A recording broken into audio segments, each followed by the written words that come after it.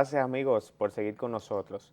José, te interrumpía porque tuvimos que hacer esa pequeña pausa, pero tú nos hablabas de lo que fue tu estadía, digamos, por la Universidad Autónoma y decías que te vinculaste a los grupos estudiantiles. Allá yo conozco un poco de cómo se maneja el tema estudiantil en la UAS. Allá hay varios grupos. Ustedes creo que la juventud del PLD ya es la vanguardia estudiantil dominicana.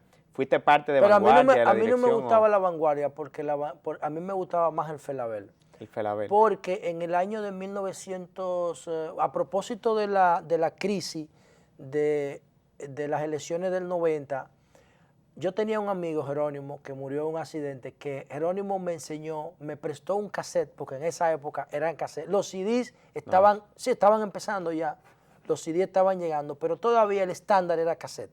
Y Jerónimo, que tuvo un accidente frente al Club Prado, Club San Jerónimo, perdón, y murió, un accidente automovilístico, él me puso a escuchar a Silvio Rodríguez, en ese contexto de los 90, y yo quedé impactado por la música de Silvio y de Pablo, pero sobre todo la música de Silvio porque él era enfermo con Silvio. Y entonces el Felabel, los muchachos del Felabel estaban más vinculados a la izquierda, eran más radicales. Yo me sentía más atraído hacia el Felabel que hacia la Vanguardia porque yo todavía no tenía un compromiso formal. Ideológicamente hablando. Yo no tenía idea de lo que era la ideología. Entonces, luego la UAS era un círculo vicioso, que huelga, que protesta, y yo tenía una prioridad, porque yo estaba estudiando, porque yo quería buscar la forma de ganarme la vida, porque yo era huérfano. Claro. Y había una señora, recuerdo, doña Lola, que también murió, que es la mamá de unos amigos míos, que incluso ella me ayudaba porque mi hermana se había casado. Ella, sin yo pedírselo, sin necesidad, ella me guardaba cena, ella me daba comida, y yo veía que ella hacía ese esfuerzo y decía, yo tengo que buscar un resultado en términos de educativo para yo generar una herramienta para ganarme la vida. Claro.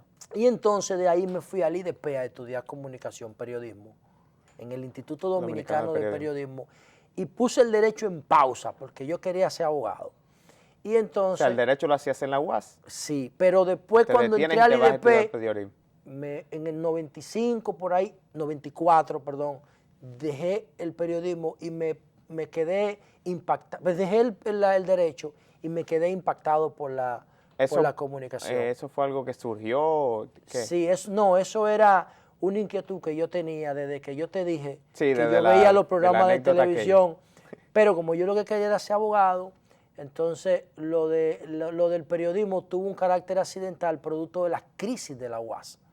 Y entonces me dijeron que el periodismo yo lo podía terminar más rápido. Yo no podía pensar en carreras con rigores técnicos, claro, ingeniería, ni arquitectura, física, que me hubiese encantado ser físico o químico, pero eso es para muchachos que tengan sus problemas resueltos. Tengan el tiempo también. Y además, por ejemplo, ¿cuánto cuesta un libro de fisiología? ¿Cuánto costaba una regla T? O sea, son cuestiones. Una mesa de dibujo. Una mesa de dibujo, una maqueta, de que toda la semana llevo una maqueta. Eso es para rico. Sí. El periodismo tú nada más tenías que leer ya, no había que comprar nada. Lo más que había era periódico disponible. Hay desigualdad hasta en los estudios. Bueno, hermano, yo te voy a decir una cosa. Yo recuerdo una colección que se llamaba Periolibros, que lo traía el Listín Diario, que ojalá que lo vuelvan a traer. Periolibro era de la UNESCO y salía los sábados. Entonces, el día que salía Periolibro, el Listín Diario costaba más, porque venía con un libro de literatura dentro, Periolibro. Entonces, eso yo lo coleccionaba. Ahora, yo sabía que había cientos y cientos de personas que compraban el periódico, pero no lo leían. Entonces yo los sábados salía a buscar ese periódico, a mí no me importaba. Mira un Listín Diario vecino, con la soguita. Sábado, ese tiene un periolibro. Y yo tenía mi colección completa de periolibros en mi casa. Completa. ¿Y qué tú encontrabas ahí en el periolibro? Lo que no lo conocimos, no, el yo no periolibro, tuve la oportunidad. Pero lo puedes buscar, lo puedes googlear. Periolibro están la colección de literatura más importante de Hispanoamérica. Desde Jorge Luis Borges, pasando por Octavio Paz, pasando por Augusto Monterroso, pasando por, no sé, no me acuerdo ahora, Sí. pero ilustrada con los mejores pintores, la mejor colección de literatura hispanoamericana es Rapón, que creo que era brasileño, estaba ahí en Periodismo. Está ahí todavía, tú lo puedes descargar y la puedes leer. Y entonces yo no tenía acceso a eso, nos ponían trabajo sobre eso en la universidad y yo lo buscaba y me gustaba tanto que yo lo coleccionaba. Entonces ahí me metí en la comunicación, me gustaba mucho la comunicación y entonces una vez el presidente Leonel Fernández era candidato a vicepresidente con Juan Bosch. Ok. Entonces, Eso fue año 94. Eso fue en el 94. En el 95 él salió precandidato presidencial del PLD, sin Juan Bosch, él, Euclides y Botello, discutieron. Cuando él fue a mi intermedio, ya yo estaba un poco avanzado en el tema político, ya iba con más regularidad, y yo le dije a Modesto Díaz, que fue la persona que te mencioné ahorita, que me ayudó a entrar en el partido, que ahora está ahí, en el partido sigue ahí, yo le dije, Modesto, como yo no puedo venir con regularidad a las reuniones, porque yo trabajaba ya en una pizzería, entonces yo quiero que tú le digas a Leonel que me permitan ir al periódico para yo hacer una pasantía y convalidar y compensar las faltas, para que no me voten, porque si tú faltabas 3 veces te votaban. A las reuniones. Te votaban. Si tú faltabas 2 veces. A tu comité. Entonces tú pertenecías a un comité intermedio. A un comité, no, de base. De base. Si yo faltaba 3 veces, si yo faltaba 2 veces y la tercera no tenía una justificación, me votaban del partido. Así era la disciplina. Okay. Entonces, para poder compensar las ausencias nocturnas, siempre las reuniones eran de noche, yo le pedí a Leonel, a través de ese amigo, que me permitiera ir, porque Leonel había sido secretario de prensa del PLD. Sí. Y entonces Leonel me remitió donde Odalix Roa, que era el jefe de vanguardia del pueblo. Era como el director del PLD. No, era el jefe de información. El director era Diomedes Núñez Polanco. Okay. Pero Dalí andaba con él en ese momento. Yo recuerdo que era sábado en un club cerca de aquí. Y entonces hablé con él y Odalí me dijo, bueno, pues, ¿tú estudias comunicación? Sí, ok. Bueno, pues pasa por allá y yo te voy a hacer algunas preguntas y te voy a apoyar. Y yo fui, tuve que ir como 6, 7 veces hasta que logré que me dieran unas funciones. Ahí escribí un cuento y se lo llevé a Odalí para que él viera que yo tenía por lo menos actitudes de... Llevé un cuento, se llama Expedito y los ladrones, de una vez que unos policías me metieron en una redada. Era una historia personal. Sí, saliendo de la UA, unos policías y en una redada me atraparon. Entonces me atraparon frente a la casa de un gobernador del Banco Central. Y yo le dije, ustedes están buscando ladrones, pero miren uno ahí donde vive. Y entonces escribí un cuento y logré que me lo publicaran en Vanguardia. Estamos hablando de marzo de 1995.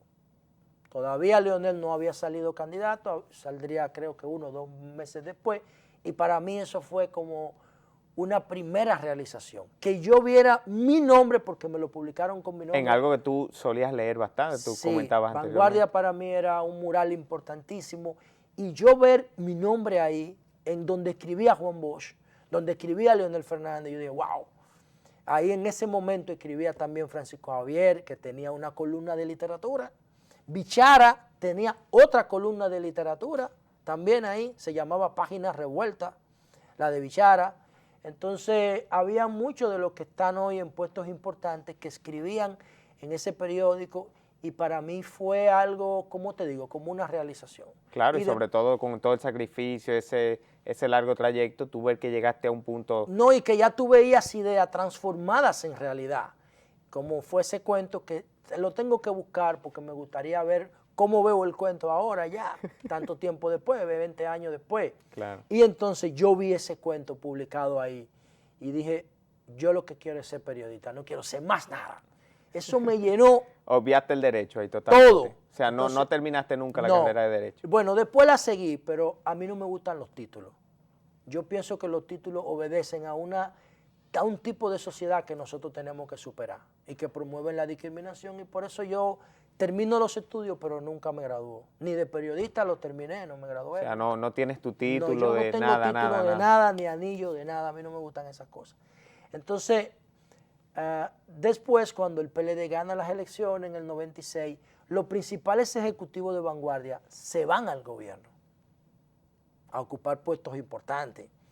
Diomedes, que estaba director del periódico, se fue a la biblioteca. Fausto Araujo, que es uno de los principales periodistas de investigación de este país, que me ayudó muchísimo en el inicio de mi carrera, trabajaba en El Nacional y trabajaba en Vanguardia, y Leonel lo nombró en un puesto importante y se fue.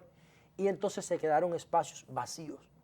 Y ahí yo aproveché y entonces agoté una etapa importante de periodismo escrito, de investigación, de reporterismo, que me sirvieron de base de mi profesión.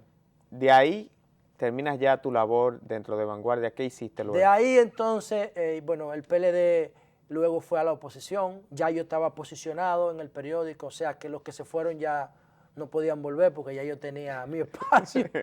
Y entonces vino un proceso de cambio en el periódico cuando perdimos las elecciones del 2002. Yo escribí unos artículos muy fuertes criticando a los que yo entendía que habían provocado la derrota. Eso provocó que sacaran a Diomedes Núñez del periódico, pusieron a Euclides Gutiérrez Félix, después pusieron a Gedeón Santos, después pusieron a Franklin Almeida Rancière. Hubo una rotación ahí. Una rotación fuerte. Sistemática. Sí, exactamente. Y entonces después ganamos las elecciones en el 2004. En el 2005, el presidente me designó su director del Centro de Información Gubernamental, en el 2005, con Omar Liriano. Ahí duré... Yo conozco a Omar hijo, estudiaba conmigo en la universidad. Un abrazo para él, también, si ve este programa, un buen muchacho. Sí, entonces me designó ahí, de ahí yo duré como hasta el 2006, pero no se hacía nada, era una botella lo que tenía prácticamente, porque en principio fue muy interesante, me puse a hacer planes de trabajo, proyectos de política pública comunicacionales. Una vez yo recuerdo que yo vi un comercial de la ONSA donde el director de la ONSA se anunciaba más que la ONSA. Y yo digo, yo soy su director de información, eso no puede ser. Y yo cojo, le hago un análisis al spot y digo, no, aquí no hay ningún tipo de utilidad. Punto número uno, no habla de la parada, no habla del servicio, de nada, no habla de los horarios. El tipo lo que se promueve es candidateándose. Entonces yo dije, eso no puede ser. Y fui a la reunión de comunicación del gobierno y expuse mi caso y dije, no, nadie puede hacer publicidad con dinero público para beneficiarse y para promoverse él. Tiene que promover el servicio. Claro, claro. Los tipos me dijeron, ¿y este loco? José, tenemos que ir a otra pequeñita pausa. Cuando retornemos, seguimos hablando con José La Luz. No se mueva.